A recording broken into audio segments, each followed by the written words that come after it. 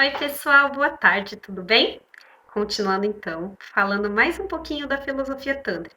Então, gente, por que é importante falar da filosofia, tá? Antes de falar da questão da massagem. É o seguinte, para a gente entender o nível de pensamento, tá?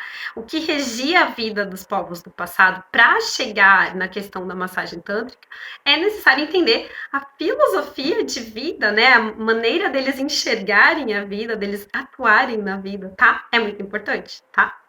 Então vamos lá. Eu falei também ontem a questão da dualidade entre matéria e espírito, a dualidade aqui no mundo ocidental, infelizmente, muito limitada e parcelada, principalmente por resquícios do período da Inquisição. Por que eu falo muito da Inquisição? Gente, eu estudei muita Inquisição, já dei muita aula sobre Inquisição e eu posso vir um dia falar mais sobre isso.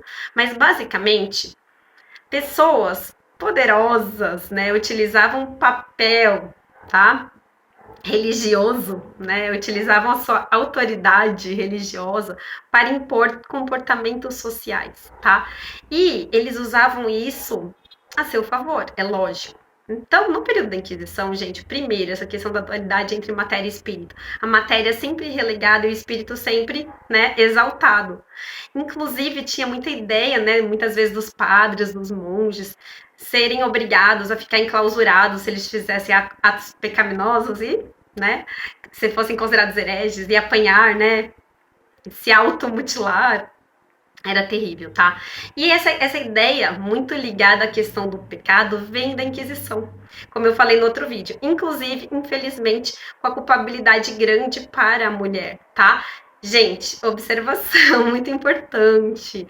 Não estou dizendo que os homens têm culpa disso, não estou culpando o homem em detrimento da mulher. Nós sabemos que aqui na sociedade humana, tá?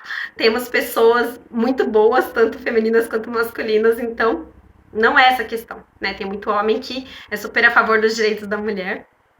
Bom, não está entrando nesse mérito, mas que um pensamento social, né, ocidental, que veio muito forte para nós, né? Então, por que para nós, gente? Porque aqui toda a América, no período de colonização europeia, a gente sofre aculturação, o movimento de aculturação, a imposição da cultura europeia para cá. E fortemente veio a cultura religiosa católica, né? Coisas magníficas, como igrejas belíssimas, a primeira escola feita pelos jesuítas, tem muitas coisas boas. Porém, infelizmente, essa cultura que vem da Inquisição, que aponta a mulher como símbolo do pecado, a mulher que atenta ao homem, né? Inclusive essa ideia da Igreja Católica, tá, gente? De que o padre não pode casar, tá? É uma das poucas instituições ligadas à religião onde o seu líder não pode casar, e isso, infelizmente, acabou aumentando muitas vezes, tá? Atos errôneos como pedofilia, né? Que nós já escutamos tantas vezes, infelizmente, tá? Isso não quer dizer também que todos os padres fazem isso, só estou trazendo uma reflexão, inclusive para que a gente possa compreender a nossa cultura ocidental, que infelizmente, né, cria vários tabus em determinados assuntos. Infelizmente, todos nós fomos educados com esses tabus, inclusive eu fui muito educada com esses tabus, tá? E todos nós aqui, ou pelo menos a maioria, grande parte, tá? Que vem então da religião, ou seja, na verdade, não da religião em si, mas desses líderes corruptos, tá? Que usaram o seu poder espiritual para manipular a sociedade. Então, cria essa dualidade entre matéria versus espírito, que é mais importante. Então, a matéria sempre, né, ficava em segundo plano.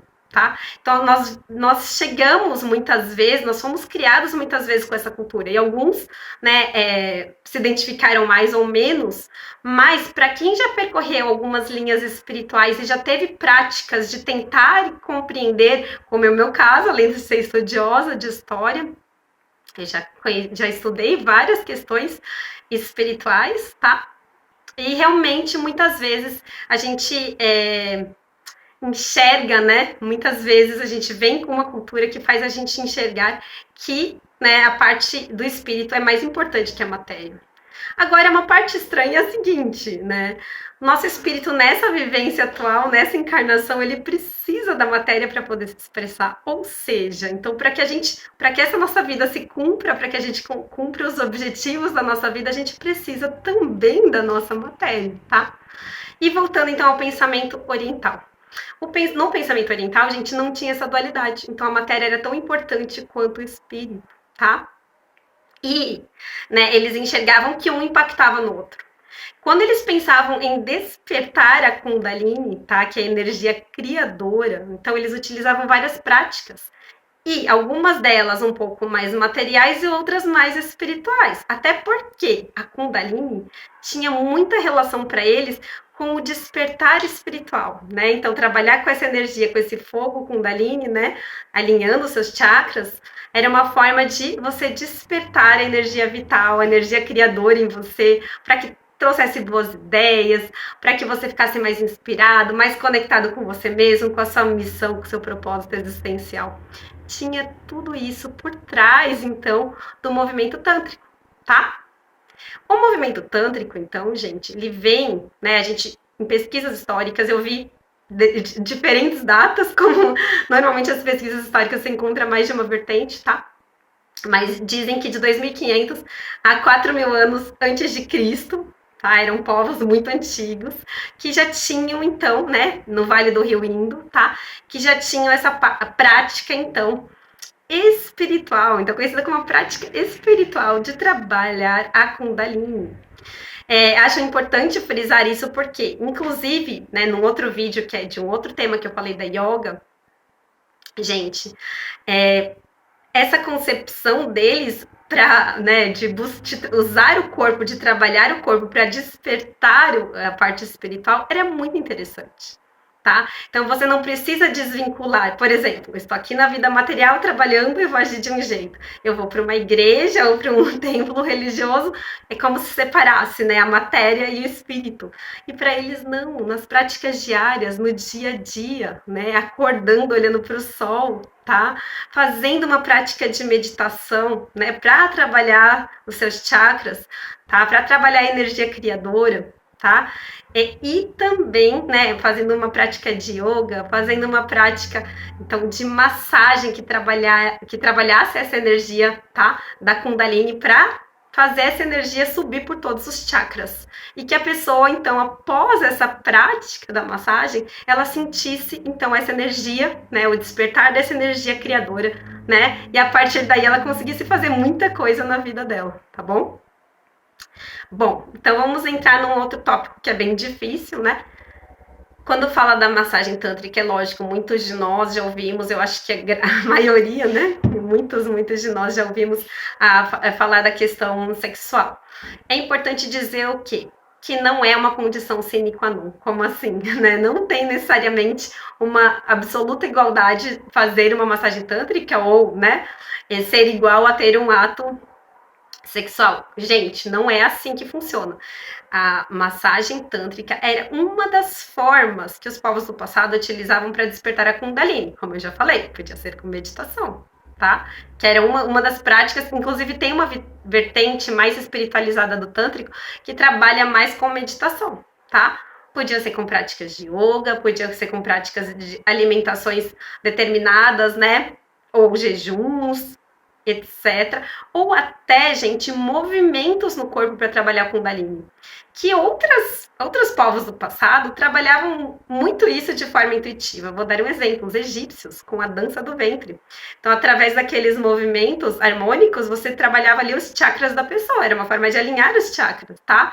Nós temos dança indiana, cigana, os povos do passado tinham muito essas práticas, então que através dos movimentos você estava alinhando, então, os seus chakras e trabalhando também a Kundalini, tudo bem? É muito importante frisar isso. Agora, a massagem, então vamos lá. Como eu cheguei nesse tema justamente porque por trabalhar com massagem e, infelizmente, gente, já escutei muita brincadeira e muita piada sobre isso. Ah, você atende massagem, assim, já com um arzinho, com um sorrisinho, dando a entender outra coisa, tá?